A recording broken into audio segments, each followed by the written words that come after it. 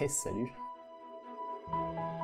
Notre planète est d'une beauté à couper le souffle. C'est bien vrai, ça. Pourquoi Dieu a-t-il créé la Terre d'une façon aussi remarquable? Les témoins de Jéhovah se feraient une joie d'étudier la Bible avec vous. Ah! Et tressaillez d'allégresse, car votre récompense sera grande dans le ciel. Bon, reprenons. Même depuis l'espace, cette merveille est unique en son genre. Mais oui, d'ailleurs, la Lune aussi est unique en son genre. Et le Soleil aussi, il est unique en son genre. Et les centaines de millions de planètes situées dans les orbites habitables de leur système stellaire aussi sont uniques en leur genre. Dieu a prévu que la Terre soit en grande partie recouverte d'eau. Il l'a placée à une distance idéale du Soleil. Ok, je vois où tu veux en venir. T'essayes de dire: oh là là, mon dieu, notre Terre qui abrite la vie respecte, comme par hasard, toutes les conditions qu'il faut pour que la vie puisse exister. C'est quand même dingue, ça. Ça doit être la volonté de quelque chose. Sauf que c'est pas le sujet de la vidéo. La vidéo s'appelle Pourquoi Dieu a créé la Terre. Pas la peine d'essayer d'argumenter sur l'existence de Dieu. Enfin, ça n'a rien à voir. Allez, dis-moi pourquoi. J'ai cliqué pour ça, moi, à la base.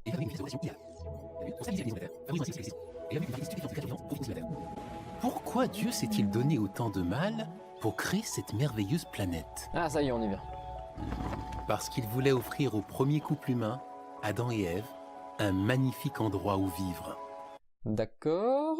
Donc Dieu a créé la Terre pour la donner à Adam et Ève, qu'il a également créé, après avoir créé la Terre, je présume, parce que bon, il allait pas les créer dans le néant. Enfin, tu vas me dire, c'est Dieu, il fait ce qu'il veut, mais du coup la question, ça serait pas plutôt pourquoi Dieu veut créer Adam et Ève? Et d'ailleurs, si l'objectif de la Terre c'est d'être un merveilleux endroit pour eux, pourquoi ne pas les avoir créés directement au paradis? Oh là, mais on va pour répondre à une question et au final il y en a 4 de plus. C'est quoi cette explication de merde? Tant qu'ils obéiraient à Dieu, ils pourraient, eux et leurs enfants, Tant qu'ils obéiraient à Dieu? Mais attends, mais on s'écarte encore de la question. Et c'est quoi ce truc malsain? On dirait que Dieu a créé Adam et Ève juste pour le plaisir qu'ils lui obéissent. ils pourraient, eux et leurs enfants, vivre pour toujours et étendre le paradis sur la terre entière. Dieu est omnipotent, s'il veut que la Terre soit un paradis, il a qu'à claquer les doigts. Et s'il veut qu'Adam et Ève vivent heureux éternellement, il a qu'à les laisser tranquilles. Mais qu'est-ce qui se passe? Il est chelou, ton Dieu! C'est ce que Dieu avait prévu pour notre planète. Mais alors que s'est-il passé? Pourquoi la terre n'est-elle pas un paradis? Malheureusement, Adam et Ève ont choisi de désobéir à Dieu. Le paradis a été perdu. Mais cela veut-il dire que le projet initial de Dieu pour la terre avait changé? Imaginez qu'un père décide de construire une magnifique maison pour son fils. Oh là là, trop de budget pour une vidéo pareille. Il lui en fait cadeau. Mais le fils ne se montre pas reconnaissant. Il ne prend pas soin du cadeau de son père et la maison finit par se délabrer. Que ferait un père plein d'amour? Je sais, il pourrait accepter son fils comme il est, ou juste lui pardonner. Ou à la limite, l'ignorer et continuer sa petite vie dans son coin.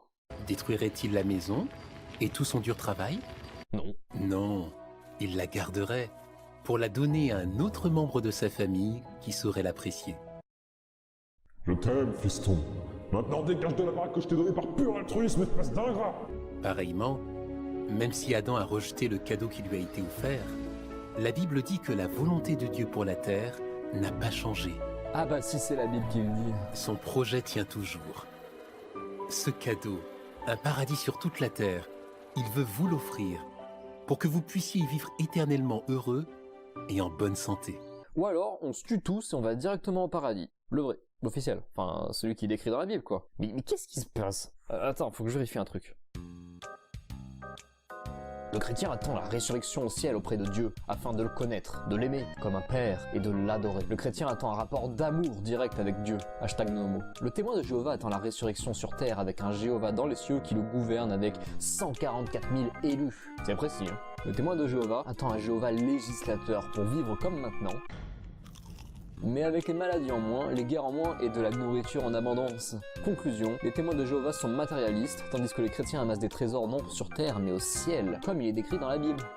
Ah, mais d'accord, c'est beaucoup plus clair maintenant. Où lisez ce bouquin à l'envers? C'est la seule explication logique. Vous vous demandez peut-être, comment le paradis sera-t-il rétabli? Et qui y vivra? Comment ça, qui? Il y a des conditions. C'est pas très chargé de la part de Dieu l'infiniment bon. En même temps, s'il choisit que 144 000 élus parmi les 100 milliards d'êtres humains qui ont supposément existé, l'entrée au paradis doit être très sélective. Bon, peut-être que les commentaires vont nous illuminer. Merci Dieu pour le souffle de vie que tu nous as donné. Je crie ton nom et tu m'as guéri du cancer. J'ai eu faim et tu m'as nourri. Avec tous mes péchés, tu trouves encore en moi quelque chose de bon. Pourquoi? Gloire est ta miséricorde, gloire est ton saint nom. Gloire, barque que tu es, le Dieu de Moïse, de Jacob, et je t'aime tout simplement. Est-ce qu'il vient de traiter Dieu de barque? C'est complètement faux, NDR. Merci Dieu, à cause de toi, on est là, sans toi, notre vie n'était pas comme ça, on est content de t'avoir retour dans la terre et tu nous as sauvé du mal, merci. Non mais c'est pas possible, c'est un troll. Qui vous dit que c'est Dieu, hein? JSP déjà, il est aussi gentil, on le prédit, MDR. On ne sait même pas si Dieu a existé, ça tombe, c'est juste un mec qui a inventé Dieu. Moi je crois ce que je vois, et Dieu personne l'a vu, la terre s'est créée comment on a été créé, posez-vous ces questions, Dieu s'est cru sur Minecraft ou quoi? Les gars, on va tous crever, donc posez-vous les bonnes questions. Dieu n'existe pas pour ma part, vous avez vu, on vit sur une terre. Ok, qui vous dit on a été dans l'espace, les gars, c'est impossible de voir toutes ces images, ce sont des fakes. Regardez dans l'espace, on a pointé un appareil photo devant le ciel, ça a fait quoi? On voit, alors quoi? Pour transférer des signaux TV, les gars, les gars, on vit dans une voie lactée, dans une planète près de la Lune, près du Soleil, qui à tout moment peut exploser. Allez, si vous avez un rêve ou un truc qui compte, pour vous, on n'a qu'une vie. Désolé pour les fautes d'orthographe, j'ai 12 ans. 12 ans, putain. Bonjour ma soeur ou mon frère. La TG Avril 2018 nous révèle qu'il s'est interdit de mettre des vidéos de l'organisation sur des réseaux sociaux. Peut-être n'as-tu pas eu cette information, maintenant tu l'as et tu peux faire des recherches. Aussi, vous avez ressenti ce petit frisson là? Les réponses à ces questions se trouvent dans la leçon 5 de la brochure de Bonnes Nouvelles de la part de Dieu. Vous pouvez en télécharger un exemplaire sur jw.org.